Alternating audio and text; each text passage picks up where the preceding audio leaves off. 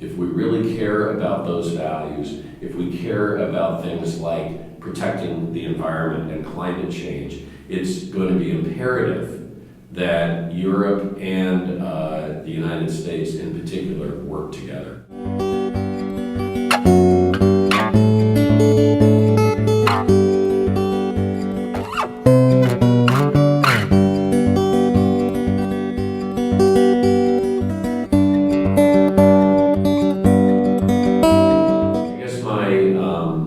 Principal advice would be, don't just look at the United States as the New York-Washington axis.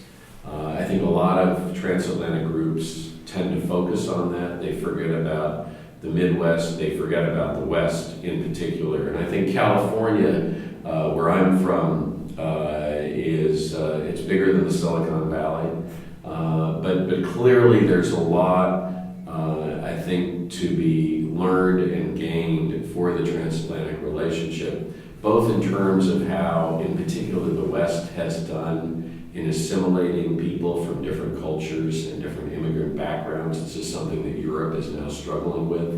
And secondly, the entrepreneurial, creative, energy, startup culture that I think, that I see so much interest in here in Germany is really exemplified there. So advice number one, don't forget about the West. Piece of advice number two would be really focus on, and I think by looking at mid-career professionals, you're doing this, the generation that came of age after the fall of the wall.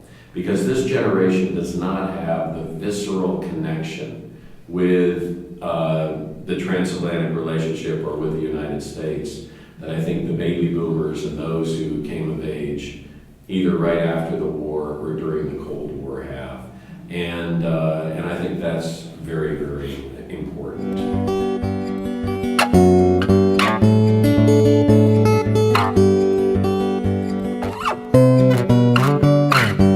I think number one, there's economic ties, both in terms of trading. Germany is America's 5th largest trading partner. The United States is Germany's 2nd largest trading partner outside of the EU. But there's very, very strong economic ties.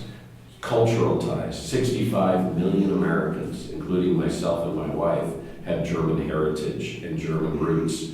And I think it's important to explore that to a certain extent. The values in the sense, in the geopolitical sense. And I know there's a lot of questioning about values because we may come down in slightly different places on some issues, particularly around privacy, because of the difference in our cultures and the differences in our history. But fundamentally, if you look at Western Europe and you look at the United States and Canada in particular, and Mexico, you see that there is a real sense of shared value of freedom, democracy, the right to criticize your own government, the right of a free press, which does not exist in so many other parts of the world, and particularly parts of the world that are in the ascendancy.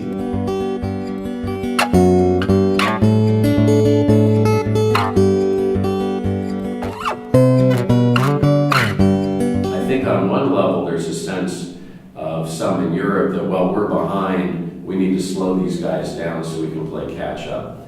That does not explain the visceral concern that I think a lot of Europeans have about big data. That, I think, stems from some differences in the view on privacy between Europeans and Americans.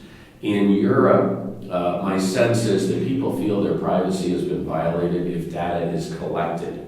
In the United States, we know data is being collected. I mean, every time you go on Google and you get a pop-up, it's because they're figuring out what you like and they're trying to sell things to you. I just ignore those pop-ups, by the way. But we know data is being collected.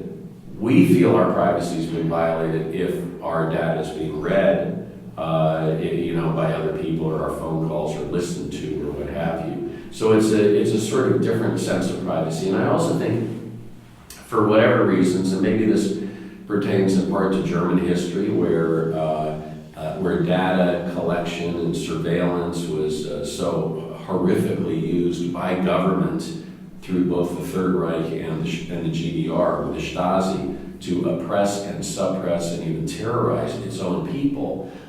We haven't had that history in America.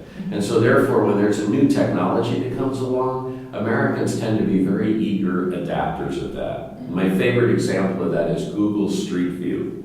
When the first time an American sees Google Street View, the most likely response is to say, "Oh, cool, can I see my house?" Right?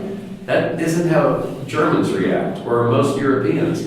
They say, "Get my house out of there, how can you do that?" And I actually talked to someone at Google, and he said, "You're absolutely right." He said, in Germany in particular, the most phone calls we get on Google Street View are how to take the images of their house or their street off the screen. In America, you know what the calls are about? They want to know when the truck is coming down their street so they can wave and be on TV. It's a different kind of attitude.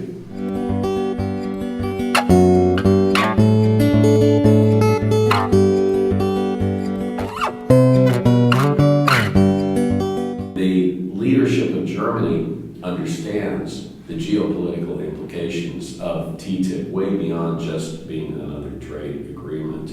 But unfortunately, what happened was there's always a built-in opposition to any big trade agreement in the United States and in Europe. And the forces that are concerned about the impact of globalization and therefore try to stop any kind of big trade agreement really were able to get out quickly and help shape the public opinion here in Europe, much more so than in the United States, candidly. And the proponents of TTIP have an obligation to do a better job of explaining to Germans and to folks in Europe the benefits of this agreement.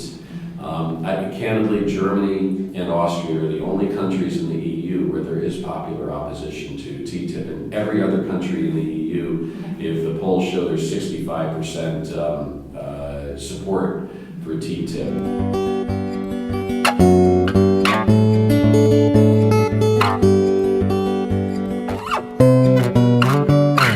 If you look at the challenges that Germany has, and Germany's leadership within the EU to make sure that we are imposing costs on Russia for really turning the whole concept of rule of law on its head with the annexation of Crimea and the incursion into eastern Ukraine. It was Chancellor Merkel in Germany that held the EU together on sanctions. If you look at the situation in Greece, even though that was a European decision, it's so much the focus and attention comes back to Germany.